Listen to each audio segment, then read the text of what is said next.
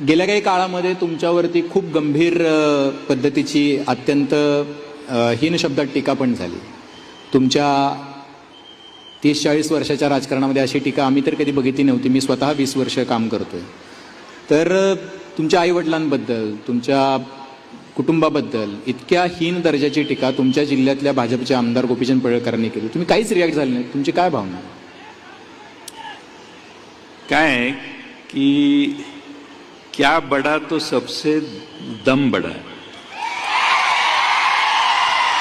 मागे मी एकदा कुठेतरी सांगितलेलं की आपलं नाव ऐकलं नाही असं याक बी गाव नाही, आणि सगळ्यांना हाणलं नाही तर जयंत पाटील माझं नाव नाही.